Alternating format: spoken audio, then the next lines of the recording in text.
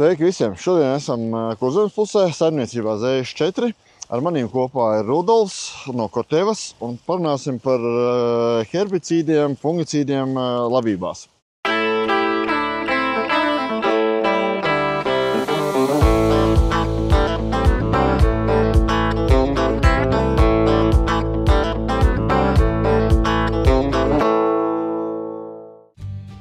Šobrīd mēs esam Kviešu laukā, un es zinu, ka saimnieks rudenī ir lietojis Lipri plus Boxers. Varbūt tavu komentāri un skatījums, ko te tālāk varbūt vajadzētu darīt. Jā, ļoti labi īstenībā skatoties uz objektīvo realitāti un pēc fakta, kas šobrīd ir uz lauka, te patreiz nav nezāles. Un šī gadījumā gribētu teikt, ka Lipris plus Boxers ir gan labi nostrādājis, un ne tikai arī šajā laukā, bet arī citviet Latvijā. Pakomentē situāciju, ja tomēr rudenī nav lietots herbicīds un ir daudz dažādas nezāles, vai otrs variants, kad ir lietots rudenis herbicīds, bet tomēr nāk ārā jau pavasarī dīkstošās nezāles. Kādi būtu risinājumi? Tajā gadījumā, ja mēs zinām, ka mums ir laukā gan viendīglapju nezāles, gan divdīglapju nezāles, tad, protams, sekojam līdz stadijai, kas mums šī gadījumā jāatcerās ir tā 32. stadija, un izmantojam tādu produktu kā, piemēram, Tombo. Jo Tombo šī gadījumā ir pilna spektra produkts, kurš sakārtos jums to lauku tā, ka jums nebūs jāatgriežas vairs ne ar kādu koriģējušo herbicīdu tālāk ejot sezonai uz priekšu. Bet ir arī tāda varianta, ka laukā ir salīdzinoši vienkāršāks tas nezāļu spektrs un viendīglā varbūt vispār nav tam saimniekam. Un tad jau mēs varam to izvēli herbicīdu samazināt varbūt uz kaut kādu mazāku spektru herbicīdu klāstu, kas šī gadījumā varētu būt īstenībā starāne. Un starāne, kā piemēram pliks, tīrs, fluorokspirs ir, manuprāt, gana aktuāla darbīgā viela, ļoti izteikti īstenībā zemgalē, bet arī citviet Latvijā, kur ir ļoti liels problēmas ar virzu.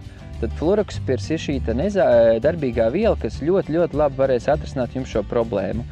Un virza nav vienīgā nezāle, arī, lai madara ļoti liela ierobežot, stadijas mums atļauj šo produktu lietot gana vēlu, tikai vienīgā lieta, kā mums gribētu pievērst uzmanību, ir sagaidām tos 13 un uz augšu grādus, un tajā brīdī, attiecīgi, tad mēs redzēsim vislabāko efektu no šī herbicīda. Kā, Rudolf, varbūt nedaudz pakomentē tādu produktu kā Lancelots? Tevis pieminētais Lancelots un arī Mustang Forte ir, man liekas, ka ļoti labi lēti risinājumi, kā sakārtot vasarājos vai arī ziemājos vasaras nezāles, kas varētu dīgt, jo viņiem ar viņu darbīgajām vielām ir gana plašs spektrs. Jā, par nezālēm tad mēs apmēram būs tik skaidrībā, tad varbūt pievēršamies fungicīdiem. Kādi tie risinājumi būtu no Kortevas puses? Varētu būt diezgan izteikta varbūt problēma ar miltrasi. Īpaši agrīnajās attīstības stadijās un šķirnes, kuras ir ieņēmīgākas un kaut kādos jau sabiezinātokos sējumos, mēs diezgan smuki jau varam atrast tās tīmekļa veida apsvērums uz apakšējiem stiebriem. Un kāpēc tieši par miltrasi varbūt šī gadījumā es pieminu, jo, protams, es gribētu aicināt tālāk jau sākt runāt par produktu Verben, kas ir mūsu jaunākais Kortevas fungicīds, jo tā sastāvā divas darbīgās vielas, prokvinazīts un protiokanizols.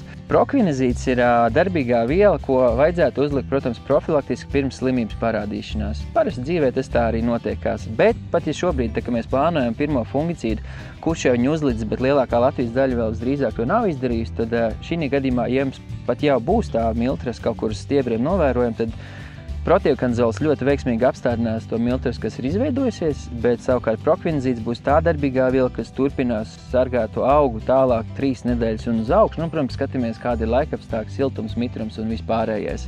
Par ziemas kviešiem būtu skaidrs, varbūt nedaudz kā ir ar vasarāju labībām, kā ir ar miežiem, kā tu redzi Verbeni šeit un varbūt nedaudz par devām arī. Vasarājiem, protams, sagaidām, kas notiekās pēc viņa iesiešanas, kā viņš šobrīd attīstīsies, bet tajā brīdī, kad mēs skatāmies uz vasarāju kultūra augiem, tad es, protams, sāktu arī ar 0,7, bet tad tālāk izvērtējot to potenciālu un vispār, kas mums varētu rādīties ar nokrišņiem, tad attiecīgi varbūt palielinām to devu. Tas ir par vasaras kviešiem.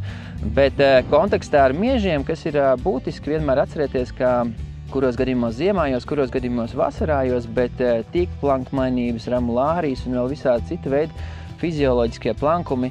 Verbens, protams, jums ļoti labi pasargās no tās. Tur ir ļoti būtiski noķert tās slimības pašu parādīšanās sākumu. Jo miežos ir otrādāk kā kviešos, ja kviešos mēs vairāk sargājam tieši to karoglapu un tālāk uz beigām, tā kā galvenais ir to otro funkciju, tad miežu gadījumā es teiktu, ka noteikti verbeni sākam ar lielākām devām, kā T1, 0,8, atkal es teiktu, ka ir minimums, tik līdz redzam kaut mazākos jau punktiņus, tad mēs sākam strādāt jau daļai īstenībā profilaktiski, bet pievēršam uzmanību lielākai verbenu daļai, miežos gan ziemājos, gan vasarējos no paša sākuma. Paldies, Rudolf! Domāju, par herbicīdiem un fungicīdiem mums viss būs skaidrs.